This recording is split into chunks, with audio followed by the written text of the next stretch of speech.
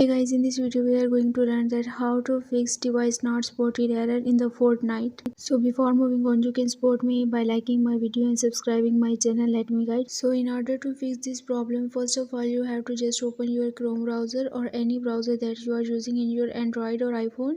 I am using the Chrome browser. You have to just search here for the GSM fix Fortnite. Yes, you have to do exactly the same. After doing so, just click to open this, and here you will find a lot of the website, but you have to just open the first one, which is APK Fix. Tap to open it, and here you will find a lot of the websites to download. Then you have to just click on the first one and click to download it, and after doing so you will find a such type of the interface. Wait for some seconds and then your download is restarting. Tap to I accept these terms and then click to download this option. If you find such type of the notification, then you have to just click on download anyway. After doing so, this will take a while for downloading. You have to be patient.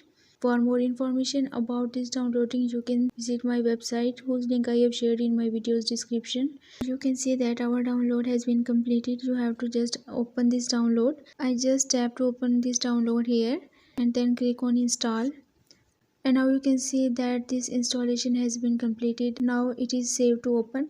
I just tap to open it.